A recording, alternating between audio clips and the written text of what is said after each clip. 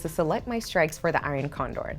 It's made up of 4 different strikes, a long and a short call, and a long and a short put of the same expiration. Another way to think of it is that you have a vertical call spread and a vertical put spread at the same time.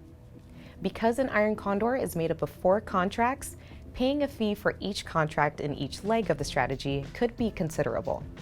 Consider these fees as you set up and close your trades. I can earn max profit if the price of the stock stays in the upper flat area. This line is between the 2 short options.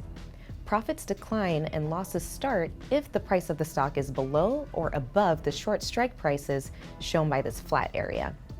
A large price move will put me not only outside of the flat area, but outside of the long strike prices, which is max loss.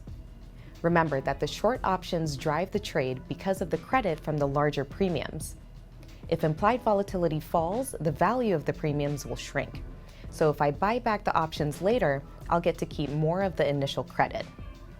Additionally, short options also benefit from time decay. Time decay may help me hang on to more of the cash received from the original credit from opening the trade. Of course, this only leads to a max gain if the underlying price stays between the short strikes. So once I've chosen my short options, it's time to select the long options. The long legs of the trade are farther out of the money because they're there to limit potential losses in case the trade goes badly. The further out of the money, the cheaper the options, but the higher the maximum potential loss.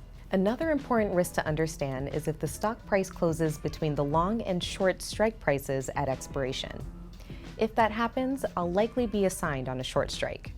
If it's the call, I'll need to deliver 100 shares of stock, which would put me in an unanticipated short position.